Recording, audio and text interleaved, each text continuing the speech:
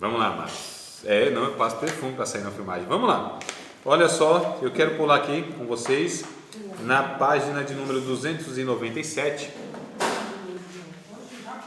297, nós lemos a 294 e 295, né, um trecho que eu estou pontuando aqui porque é a nossa última conversa sobre a matéria, então eu quero trazer alguns pontos aqui. Mas leiam, irmãos, leiam porque é um conteúdo muito bom aqui nessa matéria, tá? Doutrina da inspiração afirmada pelas próprias Escrituras. Acharam aí? Doutrina inspirada afirmada pelas 1:13. Isso. Doutrina da inspiração afirmada pelas próprias Escrituras. Reivindica a Bíblia a infalibilidade para si mesma? É uma pergunta. Às vezes tem sido levantado o argumento de que as próprias Escrituras não reivindicam sua própria infalibilidade, mas a investigação cuidadosa demonstra que quando o assunto é ventilado, assevera-se o fato de sua absoluta autoridade como sendo a infalível palavra de Deus.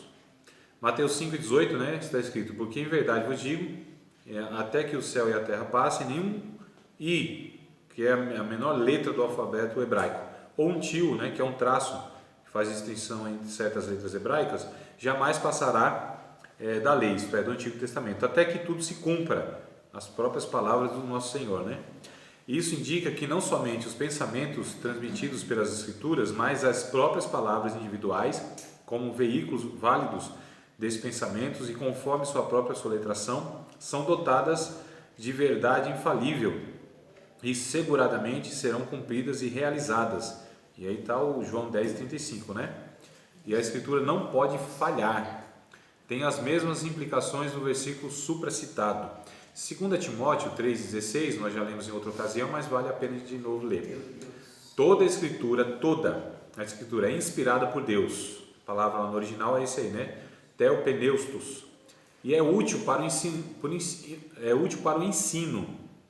Do contexto do Novo Testamento, pode ser facilmente estabelecido que a palavra Escritura, grafê, né? A gente vem em grafia, se refere ao cânon inteiro dos 39 livros do Antigo Testamento, na nossa divisão, claro. Conforme hoje os temos em mãos. 2 Pedro 3,18, nós já lemos lá, né? E dá a entender que as epístolas neotestamentárias de Paulo também gozam da mesma situação, ou seja, das escrituras sagradas. Então a gente percebe aqui que a própria Bíblia, ela reivindica a sua infalibilidade. Hebreus 1, capítulo 1, verso 1 e 2, havendo Deus falado, né, de muitas maneiras, de muitas formas aos pais pelos profetas, nesses últimos dias tem nos falado pelo Filho. Essas palavras reivindicam para os escritos dos profetas do Antigo Testamento a mesma infalibilidade que pertence à mensagem do próprio Cristo, registrada no Novo Testamento. 1 Pedro, capítulo 1, verso 10 e 11, foi a respeito dessa salvação que os profetas, no caso do Antigo Testamento, indagaram e inquiriram, os quais profetizaram acerca da graça a vós outros destinada, investigando atentamente qual ocasião ou quais as circunstâncias oportunas indicadas pelo Espírito de Cristo que neles estava, ao dar de antemão testemunhos sobre os sofrimentos referentes a Cristo e sobre as glórias que o seguiriam. Olha que coisa interessante, esses antigos profetas, o Espírito de Cristo estava neles e eles falaram pelo Espírito de Cristo. Ou seja, irmãos, a mensagem desde o Antigo Testamento até o Novo é o próprio Espírito de Cristo, é o próprio Cristo, é a própria Trindade que vem inspirando todas essas pessoas. 2 Pedro lá embaixo, ó, que coisa interessante. 2 Pedro não, vamos continuar lendo aqui porque eu acho interessante. Está implícito, né, que aqui que o Espírito Santo estava nos autores do Antigo Testamento e que ele os guiou para que compusessem palavras de verdade infalível, cujo cumprimento era garantido. Ainda que os autores humanos não entendessem plenamente tudo aquilo que as palavras divinamente orientadas realmente significassem. É interessante isso, irmãos. Os próprios autores, Paulo, por exemplo, ele escreveu coisas que não é que ele entendia plenamente tudo o que ele estava falando, que eram coisas era para além da sua capacidade. Por exemplo, Romanos capítulo 11, verso 33 ao 36, o que ele escreveu lá? Romanos 11, 33 ao 36.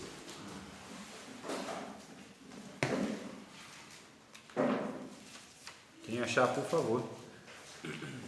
Leia. 11. 33 até o 36. Olha a profundidade da riqueza, Qual a né? profundidade da riqueza, tanto da sabedoria como do conhecimento de Deus? Quais insondáveis são os seus juízos e quão inescrutáveis os seus caminhos? Quem pois conheceu a mente do Senhor? Ou quem foi o seu conselheiro? Ou quem primeiro deu a ele para que ele venha a ser restituído? Porque dele, e por meio dele, e para ele são todas as coisas. A ele, pois, a glória eternamente. Amém. Assim seja.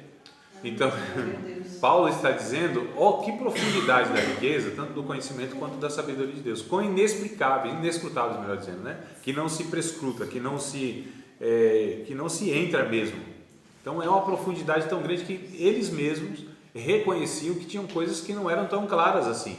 Paulo disse em 1 Coríntios que nós conhecemos como por um espelho em enigma, né? Nós conheceremos Deus como dele nós somos conhecidos.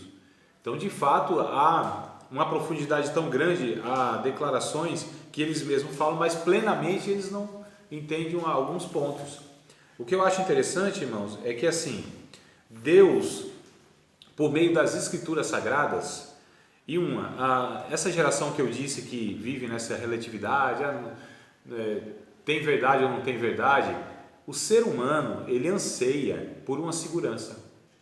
O ser humano, ele anseia por uma âncora que ele possa segurar. Porque quem é que vive assim, irmãos? Sem uma esperança firme, né? Sem ter de fato uma convicção na vida. Aí o que sobra se não tem isso? Desespero. O que sobra?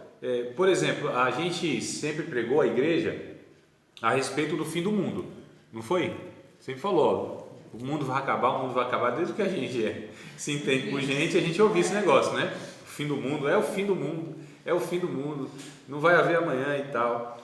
Isso, na verdade, em certo sentido, foi prejudicial, não é que não é uma mensagem bíblica, mas em certo sentido é uma mensagem que, se só traz isso, o fim do mundo e o juízo, é uma mensagem completa e desesperadora. Porque se o mundo vai acabar, se está tudo indo por água abaixo, o que me resta fazer? Viver a vida intensamente. Tem um termo chamado de carpe diem. Já ouviu falar, Maria? Você sabe o que significa, não? Carpe diem? Carpe diem. Isso. Aproveite o dia. Né? Viva o dia, aproveite o dia. Viva intensamente. Essa mensagem nos anos 60, ela gerou um movimento e um grupo de pessoas que foram os hippies, né? Que era assim, sexo, drogas e rock and roll, vive intensamente, morria de overdose, passava noites e noites em orgia, ou seja, tem que viver o aqui e agora, é o carpe diem, aproveite o dia, vive intensamente. Uma época que o pessoal só falava disso. Exato. Então o que acontece? Essa mensagem que não traz esperança nenhuma. De fato há um juízo de Deus, mas há uma esperança, há uma convicção, há um Deus, há um Criador que se preocupa com o ser humano, que providenciou uma salvação por meio de Cristo. Ele de fato reservou na eternidade para aqueles que reconhecessem Ele como Salvador um futuro, irmãos, uma esperança, onde toda lágrima seria enxugada ou será enxugada, onde não haverá mais clamor, nem dor, nem sofrimento. Há uma mensagem esperançosa para as pessoas, a absoluta palavra de Deus, que é a palavra digna de toda aceitação.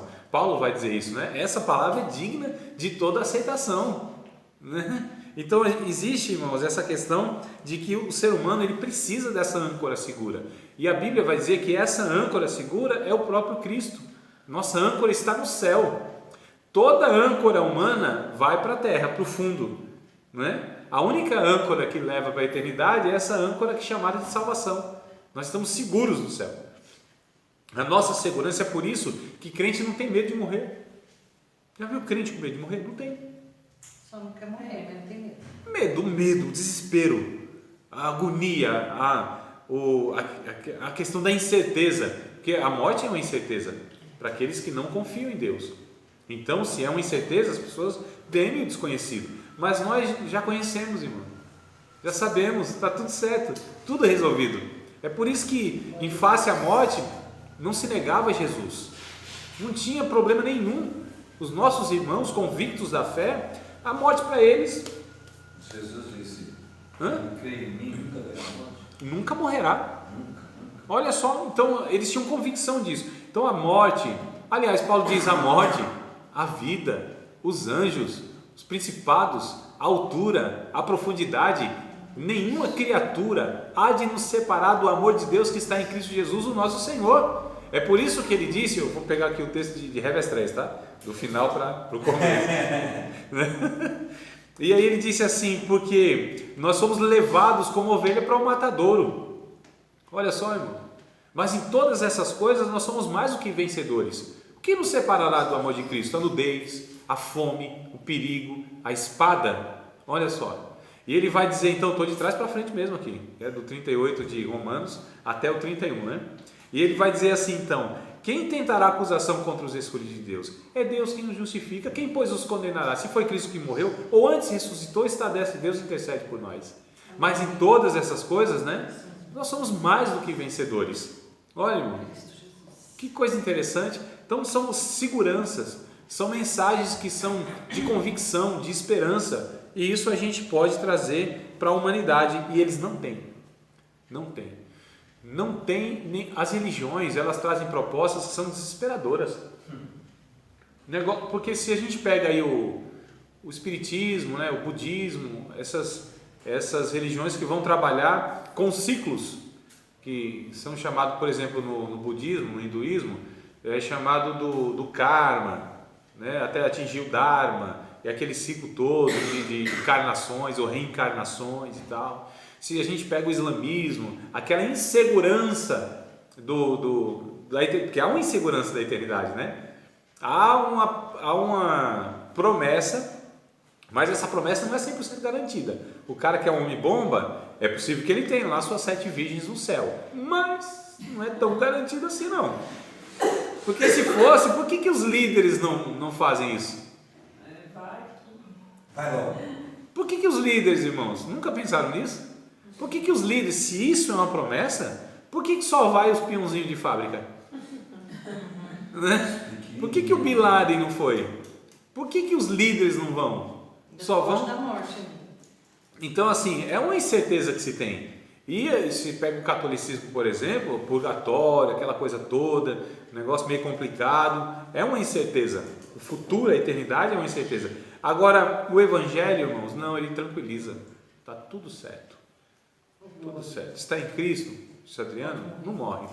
Está em Cristo, está apaziguado com a eternidade. Está em Cristo, nem a morte pode fazer mais nada. É o último inimigo que há de ser vencido. Onde está a morte, o teu aguilhão? Onde está o inferno, a tua vitória? Porque a força do pecado é a lei. Mas graças a Deus, por nosso Senhor e Salvador Jesus Cristo. Portanto, meus amados irmãos, sede firmes e constantes, sempre abundantes na obra do Senhor, porque a vossa obra terá uma recompensa. É afirmação, é convicção, é promessa infalível. Deus vai cumprir, porque Ele não é homem para que minta, nem filho do homem para que se arrependa. Se Ele disse, Ele empenha a sua palavra. Se fosse na antiguidade, lá nos interiores, Deus pegava o fio do bigode e colocava na mesa assim, ó, para garantir o negócio. Fazia isso aí, né? Arrancava o fio do bigode assim, ó.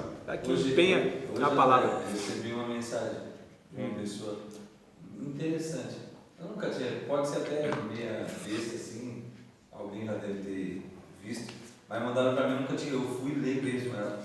Aí disse assim que um rapaz passou perto de um mendigo e falou assim para ele: se você me mostrar aonde está Deus, eu te dou $1. Aí o mendigo falou: eu te dou $2 se você me mostrar aonde não está Deus. Sim. Deus está em todos os lugares, né? Claro. Entendeu?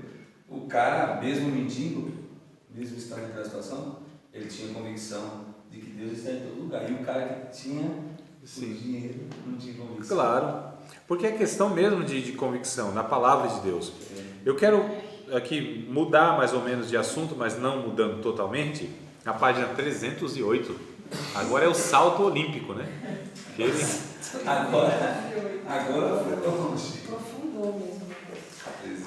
Porque nós vamos falar sobre essa realidade A gente está falando então das provas e tal, né? Provas, convicções, certezas e absolutos e tudo mais, porque há uma questão muito interessante, como eu disse no começo da aula, irmão, na primeira parte. Quando se é honesto e se estuda honestamente a Bíblia e os fatos. Eita, calma aí, irmão. Aleluia. Respira de uma vez. Fica aprendendo. Estou me inspirando aqui. Inspiração. Então vamos lá, irmão. Quando se estuda honestamente a Bíblia, chega a soar os olhos, né? Você sabe que o homem macho não chora, soa pelos olhos, né? Nossa. Então, o machismo é assim, né? Então, vamos lá, mas. Então, quando se estuda a Bíblia honestamente, os fatos históricos, arqueológicos, etc., a gente vai perceber e ter a convicção de que, de fato, a Bíblia, ela, a cada vez mais e a cada descoberta, a Bíblia ela vai sendo concretizada naquilo que ela mesma fala. É a antiguidade da raça humana. Eu não vou ler aqui para vocês, eu não vou ler, mas esse bloco aqui eu queria que vocês lessem em casa, tá? A antiguidade da raça humana. Acharam a teologia, em alguns estudiosos na teologia vão dizer que a Terra tem 6.000 anos. Chama de terra infante. Terra novinha, terra infantil, né? Mas outros na teologia vão concordar que ela tem mesmo milhares e milhares, talvez milhões de anos. A Bíblia não fecha essa questão, nem a opinião é unânime na teologia. Mas aí acharam homens assim, o que diz aqui o texto, né? Por exemplo, o homem de Neandertal, ele é datado entre 50.000 e 60.000 anos. Esse homem de Neandertal. Vem o Homo sapiens, aquela coisa toda que a gente aprende na escola, né? Seria eu não vou lembrar todos agora não. Mas aquela evolução porque veio do símio, veio do chimpanzé no caso. Mas achados arqueológicos, inclusive, irmãos, eu vou dar para vocês 3 fontes para que vocês façam aquilo que eu vou pedir, mas daqui a pouco eu falo o que eu vou solicitar para fechar a média de vocês, tá bom? Mas aí tem um arqueólogo, então, ele é adventista do 7º dia, mas na questão arqueológica está tudo certinho, não tem erro nenhum. Na questão teológica que é heresia, né? E aí o que acontece? Mas aí vai estar constatado que há de fato essas evidências e ossadas que se encontram, fósseis que se encontram de milhares e milhares de anos, mas nunca de por exemplo, um chimpanzé, né, que aqui foi encontrado homens que eram primatas mesmo, os primeiros homens, ou bem antigos mesmo, só que eles já tendo utensílios de guerra, utensílios, ferramentas que eles mesmos produziram, ou seja, seres sapiens, inteligentes, têm ciência, não é? Então a gente percebe aqui que o que a Bíblia fala a respeito da historicidade, que de fato nós vemos quando se estuda a genética, vai estudar a genética, vai mapeando a genética, vai ser constatado que todos nós, independente das etnias, viemos de um único casal. A genética prova isso, irmão. Então a gente está falando de ciência, não está falando nada de teologia aqui, né? Arqueologia, a própria ciência na genética. Nós estamos lidando aqui não é com opinião teológica, é opinião mesmo da ciência e a ciência moderna. Então vai constatar que todos nós viemos. Aí a pergunta é, por que há essa diversidade? Por que há negros? Por que há amarelos? Não, tu não é amarelo não, é branco. Né? Branco, amarelos. Né? Por que essa diversidade de cores de pele, de feições e tal? Por que essa diversidade?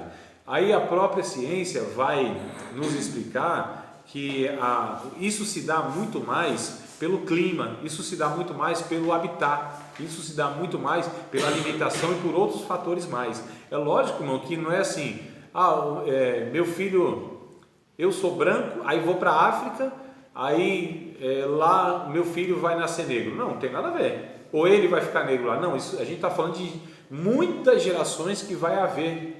E a gente está falando de milhares e milhares de anos. E aí tem essas mudanças todas. Quando você pega lá, por exemplo, os orientais, os japoneses, eles são amarelos mesmo, né? Mas por conta do quê? Aí tem a explicação. O sol lá, né, é diferente a forma como ele reflete e tal. Sol nascente, né? Quase que o sol nem... Ele tem as explicações lá que eu tenho um livro, meu Deus do céu, qual é o livro? Eu tenho um livro chamado de Espírito, Alma e Corpo, que é sobre a tricotomia, e vai ter todos esses detalhes. É que eu não lembro todos os detalhes, só estou dando um parâmetro aqui. Mas se vocês se interessarem, eu posso indicar o livro, tá certo? Mas explicar todas essas mudanças étnicas que nós temos. Nós não temos raças, irmãos. Não existe de que raça você é. Eu sei que muitos formulários que a gente preenche, tem lá de que raça é, isso está errado. A antropologia já não usa mais esse termo raça, tá certo? E sim etnia. Então, etimologicamente, da etnia que a gente procede, está correto, porque são etnias. Agora, a raça é uma só, é a raça humana. Perguntaram isso para Einstein, ó. Ele está falando isso aí de 50, 60 anos, né? Ele foi preencher o formulário para entrar nos Estados Unidos. De que raça você é? Humana. Raça humana. Não existe outra. Nós somos da raça humana. Agora, existem etnias. Mas aí a prova que todos nós viemos de um único casal, reforçando também essa realidade de um Criador. Vocês têm alguma pergunta fácil e rápida? Não? O que é cânon? Cânon. O cânon é... A palavra cânon quer dizer regra ou régua, tanto faz.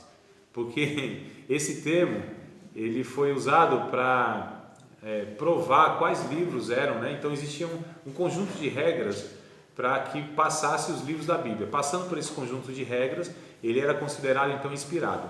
Então foi chamado de livros canônicos, livros que passaram por essas regras que a igreja estabeleceu na ocasião. Então é canônico ou não é canônico? Ou seja, é inspirado ou não é inspirado? Passou pelo crivo, pelas regras ou não? Então cânon quer dizer regra. Isso está na Bíblia inclusive, né? A palavra cânon, tá? Que é uma expressão. Você vai passar alguma coisa depois, né? Sim. Eu tenho que ir lá pegar o carro. Né? Não, tranquilo. Pegar meu carro, a chave. Não, ele tem que estar aqui para defender o quesito. Mas depois eu vou ficar sozinho. Eu espero. Não vou lá pegar a chave. Eu lhe aguardo. Segura o anjo aí, velho. Tu não quer segurar o anjo um pouquinho, não? Vai. Eu lhe aguardo. Calma aí, a gente acaba uns 5 minutos mais cedo aqui. Só para trazer aqui. Então, página 316. Porque vocês não viram na Olimpíada que dá um pulo, aí dá outro pulo, até dar o pulo final? Então pronto, eu estou dando esses saltozinhos aí. Isso, vai falar da arqueologia, que eu gostaria que vocês lessem então, tá? Na arqueologia. Isso. Vai dizer lá que... Sim, essa é a intenção, viu? Então vai dizer aqui, ó, que um tal de Leonard Uley desenterrou em Ur dos Caldeus, que é a Mesopotâmia, né, atual Iraque, pertencente à adiantadíssima civilização sumeriana, descobriu nas escavações entre maravilhosos tesouros de cultura o cemitério real de Ur, né, em 2 temporadas. Uma vez concluídas as escavações, o cemitério real, os trabalhadores limparam as ferramentas e disseram a Uley: pronto, chegamos ao fim. E aí o cidadão prossegue: e logo ao examinar os bordes do poço, enchei-me a dar-lhe razão. Inclinei-me a dar-lhes razão. A seguir, dei-me conta de que nos encontrávamos alto demais. Não era concebível que a ilha em que edificaram as primeiras cidades estivesse num nível tão elevado, comparado com o que deve ter sido o nível do pântano. Inclusive a Mesopotâmia quer dizer isso, né? No meio do pântano, tá? Mesopotâmia, né? Meio do pântano. E determinei medidas e ordenei que os operários aprofundassem o poço. A argila continuou limpa, encontramos um osso que deve ter sido arrastado com argila no curso superior do rio. A espessura da argila atingiu a 2,5 metros. Repetidamente tudo mudou. Terminou a argila limpa e outra vez nos encontramos com resíduos misturados com tecidos de pedra e fragmentos de pederneiras, pedras, né? Com que se lavrava ferramentas e objetos de cerâmica. Exatamente aqui houve uma mudança notável. Em lugar dos jarros que encontramos na parte superior da argila das sepulturas, apareceram fragmentos dos objetos feitos e pintados à mão, característicos da aldeia pré-sumeriana. Esse é um povo antigo, né, os sumérios. Eu vou resumir aqui para não ler tudo, irmãos. O que está falando, na verdade, é que a arqueologia ela descobre que existiu de fato um dilúvio universal. Então, o dilúvio é uma realidade e a arqueologia constata isso. Esse dilúvio foi universal. Na página seguinte, a partir da página seguinte, inclusive, deixa eu ver se é a página seguinte. Não. É um pouquinho antes, irmãos. Na verdade, foi de trás para frente. Nas páginas anteriores, desde a 310 até onde nós lemos, vai falar de vários povos, onde várias culturas, vários povos, várias tribos mundiais, onde todas essas tribos, todos esses povos de diversos lugares do mundo, eles têm essa informação de que houve um dilúvio, ou seja, o dilúvio foi universal. Todos têm, todos. É muito interessante isso, tá certo? Então, a gente tem prova no mundo todo do que aconteceu no relato histórico bíblico, né? Aquele livro que eu indiquei para vocês, o Fator Melquisedeque, lembram? Não sei se alguém comprou, chegou a ler. Nossa, seria muito bom que vocês... o Fator Melquisedeque.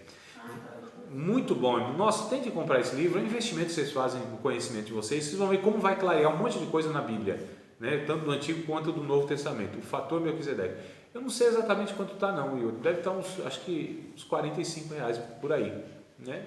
Não é caro, não é caro. É que a gente é duro mesmo, eu sei. Eu achei que o livro também se comprou barato. Qual? O da Cruz. Sim, todos os livros são baratos para mim. Barato. Porque o que contém de conhecimento... Você nem viu o preço do outro, né? Daqui. Não sei, vou ver qual é, não sei.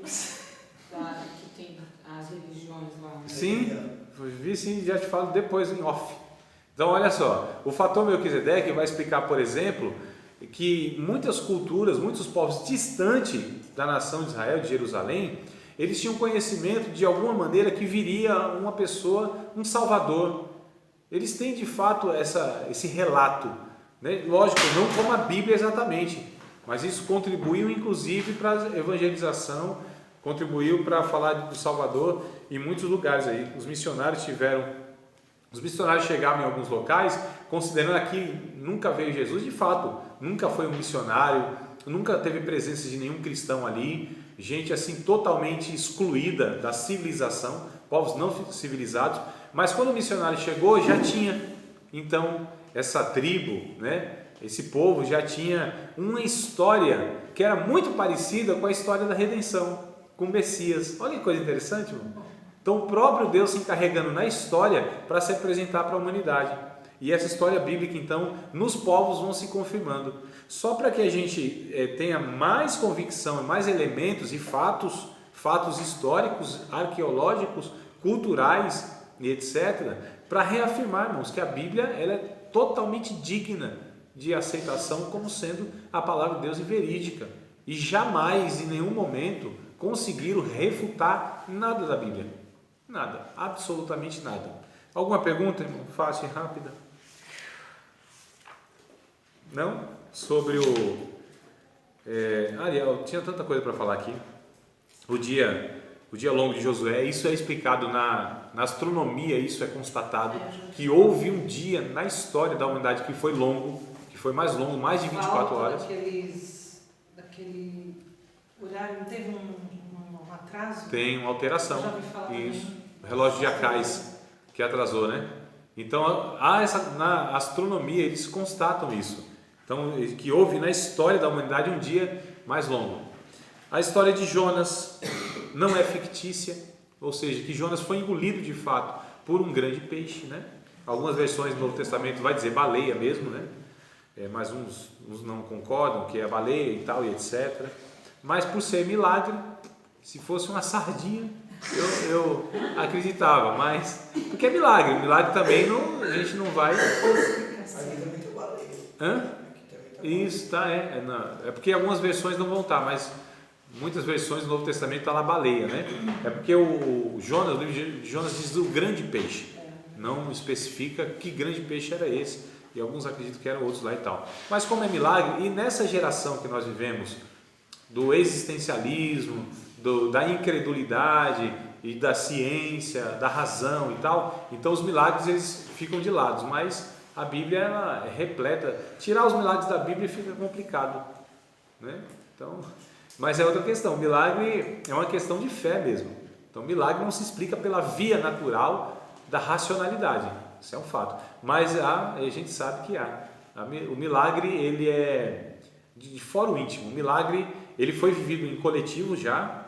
A multiplicação dos peixes, por exemplo, né? A ressurreição de mortos. Então são milagres que é presenciado, é vivido no coletivo. Mas nós sabemos que muitos milagres eles são de questão pessoal mesmo. Mas aqui a gente só está colocando que na história houve aí essas intervenções de Deus e isso é constatado na história, quer queiram ou não, acredite ou não, mas está aí para todo mundo ver. Tem alguma pergunta sobre a matéria? Nada que nós falamos nessas 5 aulas, me parece? Nenhuma dúvida? Falar sobre mais o dilúvio, mas aí depois a gente fala um pouquinho. O dilúvio? Mas quer perguntar? Não? Porque a gente vai encerrar hoje a matéria. Matéria encerrada hoje. Se não tem, tudo bem. Mas se quiser fazer também depois em off, mesmo